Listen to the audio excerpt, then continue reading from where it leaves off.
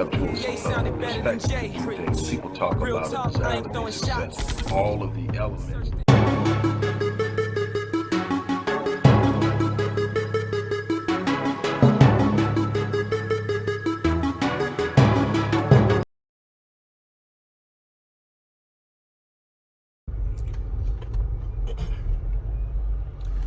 Hello everybody, Dr. Rick Wallace dropping in on you. I hope that everything is going well.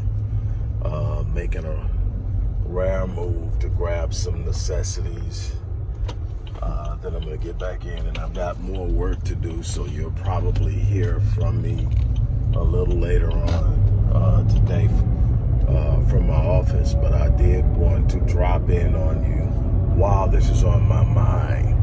And I want to warn you not to become a victim of your own hatred. And what I mean by that is there are so many of my people, and this is where my focus is right now. It extends beyond us, but I want to focus on us right now. There's so many of my people who are so inundated or just overcome by hatred for Donald Trump that it becomes easy to mislead them with things that seem in appearance to be diametrically opposed to him. So we are literally jumping on things that we have not tested, that we have not researched, that we have not developed a lucid perspicacity of, solely because it moves against him, or at least it appears to. We can't jump on everything that moves just because it looks or sounds to be against something or someone we have a opposition to. We have to be careful of that. That whole idea of voting for two less evils, we've got to overcome that mindset. It hasn't done us well. It hasn't addressed our issues. It hasn't moved us along or advanced us in any way as it pertains to our socio-economic positioning and political power. What we must do is within ourselves develop a strength of unity, develop a strength of having an agenda and a focus and a specific plan in mind. One of the problems we have isn't who's in office, it's that we have no demands. We have no specific demands. This is as close as I've seen it come because of the focus on reparations, but there's so much more out there that we need to focus on. There's so much more that we need to have being represented within the political constructs that aren't currently being handled or addressed. That's on us because we don't have an agenda.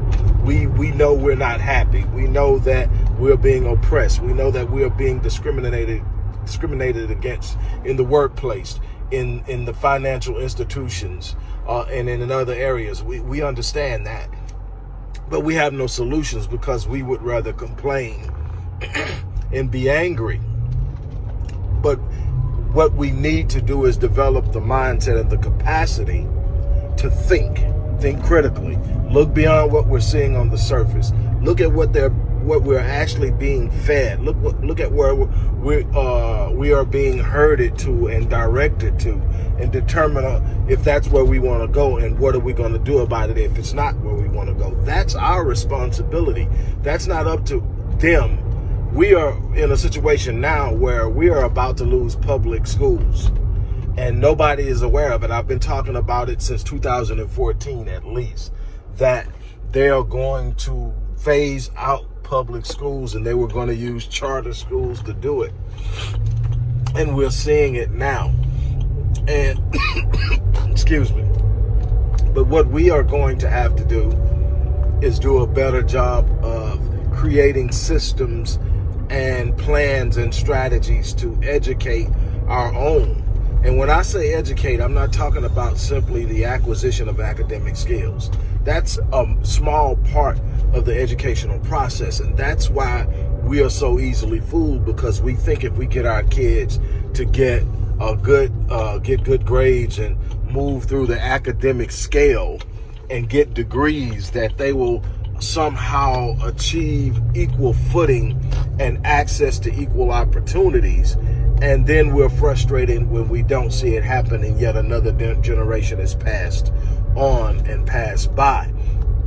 No, holistic education is far more than the attainment of academic skills. Holistic education is in itself the full and complete preparation and empowerment of our youth to enter into a world that is inherently hostile towards them and not only compete but win. We have to equip them with an identity. We have to equip them with a purpose. We have to equip them with high self-esteem and high self-worth. We have to equip them with self-love. They need to know their history. They need to have a high expectation for themselves in this world. And that has to come from us. That is not going to be given to them by those who benefit from our oppression. Malcolm X said, the one who trusts his enemy to educate his children is a fool. And I wholeheartedly agree to that. We have to do a better job in that area and so many more. So my warning today is, don't get so caught up in hating Trump that you get the old switcheroo, the sleight of hand that happens so often to us.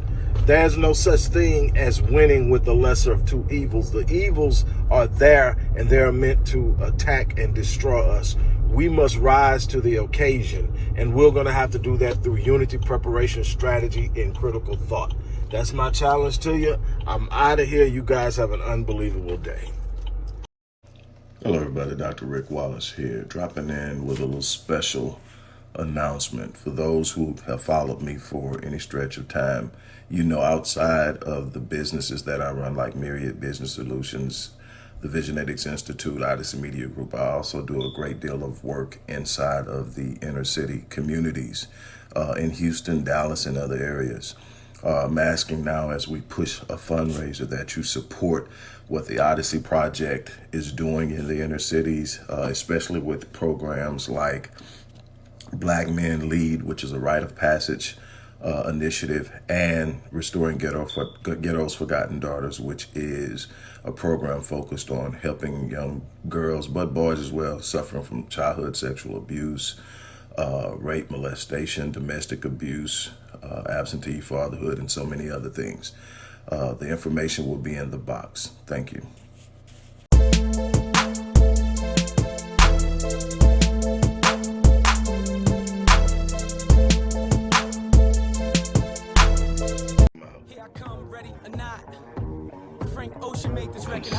From a conceptual perspective, people talk about a desire to be successful.